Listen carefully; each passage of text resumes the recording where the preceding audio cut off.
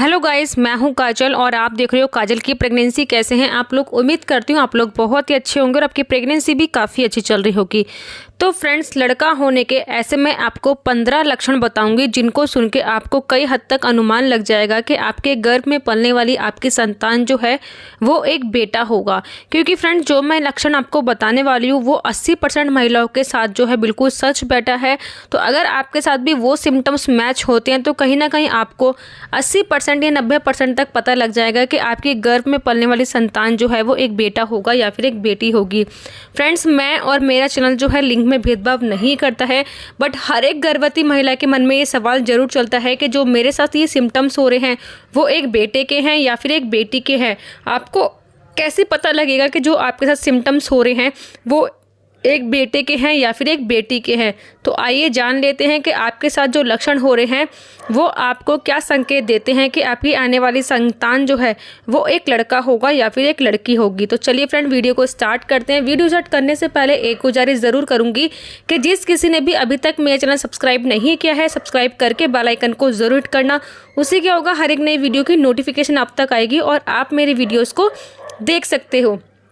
तो फ्रेंड्स, सबसे पहला सिम्टम्स आपके अंदर नज़र आएगा कि आपका वज़न जो है वो तेज़ी से बढ़ने लगेगा। जब हमारे गर्भ में बेबी बॉय होता है फ्रेंड्स, तो हमारा वज़न जो है, देखिए नॉर्मल जो आपका वज़न होता है ना वो 8 या 10 किलो बढ़ता है प्रेगनेंसी के दौरान। बट जब आपने बेबी बॉय को कैरी किया होता है बेली में तो आपका वज़न जो है ना 12 से 15 किलो भी बढ़ सकता है। जैसा कि फ्रेंड्स, ये सिम्टम्स मेरी प्रेगनेंसी में बहुत ज़्यादा सटीक बैठा था क्योंकि मेरा वज़न भी बहुत ज़्यादा बढ़ गया था।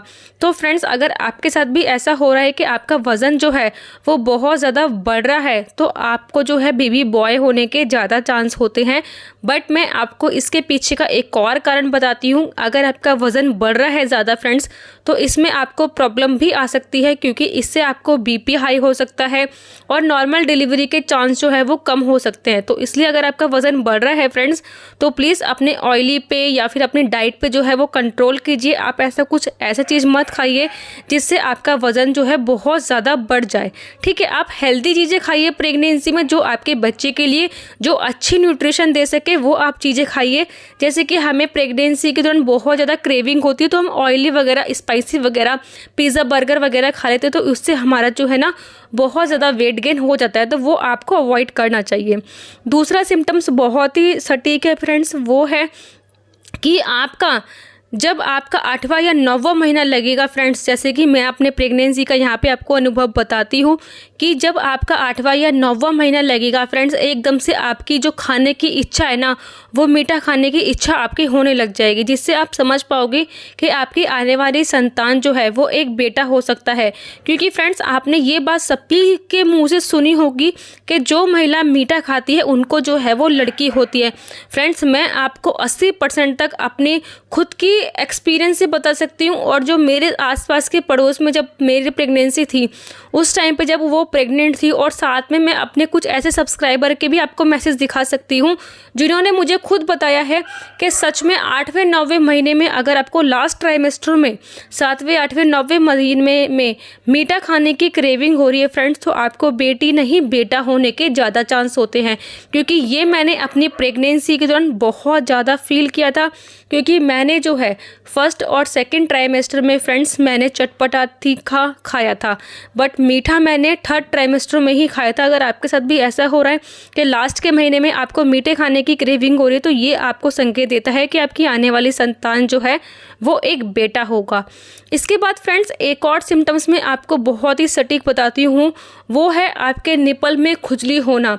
अगर आपके स्तनों में बहुत ज़्यादा आपको खुजली हो रही है, ठीक है, मीठी मीठी जिसको बोलते हैं ना, एक ऐसी नहीं कि आप खुजा खुजा के जो है वो खून निकाल ले रहे हैं, इस टाइप की खुजली का आपको इन्फेक्शन होने के ज़्यादा चांस होते हैं। और इस बारे में आपको अपने डॉक्टर से भी कंसल्ट करना चाहिए कि मुझे मेरे निपल्स में जो है इतनी खुजली क्यों हो रही है फ्रेंड्स। बट अगर आपके गर्भ में बेटा होता है तो आपको जो निपल्स में खुजली होगी ना वो बहुत ही मीठी मीठी होगी, आपको खुजाने में बहुत ही अच्छा लगेगा और बहुत ही आनंद आएगा।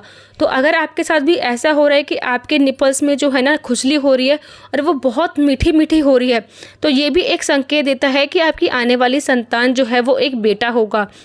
बट फ्रेंड्स, आपको अगर निपल्स में बहुत ज़्यादा खुजली हो रही है और आप खुजा खुजा के जो है वो खून निकाल ले रहे हैं, तो ये इन्फेक्शन के कारण हो रहा है। तो आप अपने डॉक्टर से ज़रूर कंसल्ट कीजिएगा। इसके बाद में आपको एक और बात बताना चाहती हूँ फ्रेंड्स, कि अगर आपके पेट का आकार जो है वो बहुत ज़्यादा चौड़ा हो गया है और बहुत ज़्यादा पेट जो है आपका फैल रहा है, तो होने वाली संतान आपके एक बेटी होगी। क्योंकि फ्रेंड्स, हमारे बड़े बुजुर्ग ना सालों साल से ये बातें बोलते आ रहे हैं कि जिन महिलाओं का पेट चौड़ा होता है और बहुत ज़्यादा प्रेगनेंसी में फैला हुआ नज़र में आता है, तो उनको बेटी होने के ज़्यादा चांस होते हैं। आपके पेट का आकार कैसे दिखाई देता है, आप मुझे कमेंट्स बॉक्स में ज़रूर बताना, ताकि मैं उसका रिप्लाई दे सकूँ। अगर आपके पेट का आकार फ्रेंड्स इस गर्भवती महिला की तरह है, मतलब कि छोटा है और देखने में ऐसा नहीं लग रहा है कि आपका 8वां या 9वां महीना चल रहा है और आपका छोटा सा पेट अब सिर्फ निकला हुआ है, मतलब कि अंडाकार में छोटा सा, जैसे कि गोला नारियल जिसको बोलते हैं ना, अगर आपका इस टाइप का पेट है फ्रेंड्स, तो हमारे घर के बड़े बुजुर्ग बोला करते हैं कि आपकी आने वाली संतान जो है वो एक बेटा होगा। क्योंकि फ्रेंड्स, हमारे जो घर के बड़े बुजुर्ग होते हैं ना, वो हमारे बाहरी तौर पे जो लक्षण दिखाई देते हैं, जैसे कि इन महिला का पेट आगे को छोटा सा निकला हुआ नज़र में आ रहा है, अगर आपका भी ऐसा ही पेट निकला हुआ नज़र में आ रहा है फ्रेंड्स, तो आपको बहुत हद तक अनुमान लग जाना चाहिए कि आपकी आने वाली संतान जो है वो एक बेटा ही होगा। क्योंकि फ्रेंड्स, हमारे घर के बड़े बुजुर्गों की बातें ना बहुत सारी महिलाओं के ऊपर सटीक बैठती है, तो उनमें से क्या पता आप भी हो। क्योंकि मैं भी पहले इन सिम्टम्सों को नहीं मानती थी, मगर जब ये सिम्टम्स मेरे साथ मैच हुए तो मैं भी इन चीज़ों को मानने लग गई। इसके बाद जो नेक्स्ट सिम्टम्स है वो ये है कि आपका हाथ पैर जो है, जब आपकी प्रेगनेंसी कंसीव होती है फ्रेंड्स, तो अगर आपने बेबी बॉय को कंसीव किया है, तो आपके हाथ पैर ना बहुत ज़्यादा जो है ना ठंडे नहीं रहेंगे। मतलब कि ठंडे, सब लोग बोलते हैं कि जब गर्भ में बेटा होता है तो आपके हाथ पैर जो है ना वो ठंडे हो जाते हैं। ठीक है, ये आपके अंदर कुछ ऐसे हार्मोन्स क्रिएट होते हैं उस टाइम पे, इसलिए होता है। बट मैं अपनी एक्सपीरियंस बताऊं आपको, तो मेरी प्रेगनेंसी के दौरान मेरे हाथ पैर जो है ना, मेरी पूरी बॉडी का टेम्परेचर जो है बहुत ज़्यादा हाई रहता था। ऐसे लगता था मुझे खुद को ही छूने में ऐसे लगता था जैसे कि मुझे बुखार हो रहा है, और कोई मुझको छूता था ना, वो भी मुझे यही बोलता था कि बुखार हो रहा है। मगर जब भी मैं डॉक्टर के पास जाती थी फ्रेंड्स, तो मुझे बुखार जो है वो नहीं आता था। कहने का मतलब ये है फ्रेंड्स कि अगर आपके हाथ पैर की हथेली जो है वो आपको गर्म महसूस हो रही है, ठंडी नहीं महसूस हो रही है फ्रेंड्स, तो इसलिए इस चीज़ को देख के हमारे घर के बड़े बुजुर्ग बोलते हैं कि लड़कों का खून जो है वो गर्म होता है, तो इसलिए आपके हाथ पैर की हथेली भी जो है वो गर्म महसूस होती है। तो अगर आपके साथ भी ऐसा हो रहा है फ्रेंड्स कि आपके हाथ पैर की हथेली जो है वो बहुत ज़्यादा आपको गर्म महसूस होती है और आपका शरीर भी आपको गर्म महसूस हो रहा है, तो आपको ये बहुत ही सटीक संकेत बताता है कि आपकी होने वाली संतान जो है वो एक बेबी बॉय होगा। बट फ्रेंड्स, आपको मैं एक और बात बताना चाहती हूँ, डायरेक्ट पंखे के नीचे जब आप सोते हो तो भी आपकी बॉडी जो है ना वो आपको सुबह जब आप उठोगे ना तो वो आपको गर्म ही नज़र में आएगी। 10-15 मिनट टहलने के बाद, नहाने के बाद, तब ये बात आपको नोट करनी है, तभी आपको इसका सही रिजल्ट मिलेगा। उससे पहले अगर आप देखेंगे तो आपकी बॉडी का टेम्परेचर जो है, जो पंखा चलता है हमारे घर में, उससे जो है वो हाई होता है। इसलिए मैं आपको यही गुजारिश करूंगी कि अगर आपका सच में ही बहुत ज़्यादा आपको गर्म महसूस हो रहा है, तो पहले आप इसको लड़का और लड़की का संकेत मत मानिए। पहले अपनी गायनी पे जाके कंसल्ट कीजिए कि मुझे ये प्रॉब्लम जो है गरम गरम क्यों लगता है इतना ज़्यादा।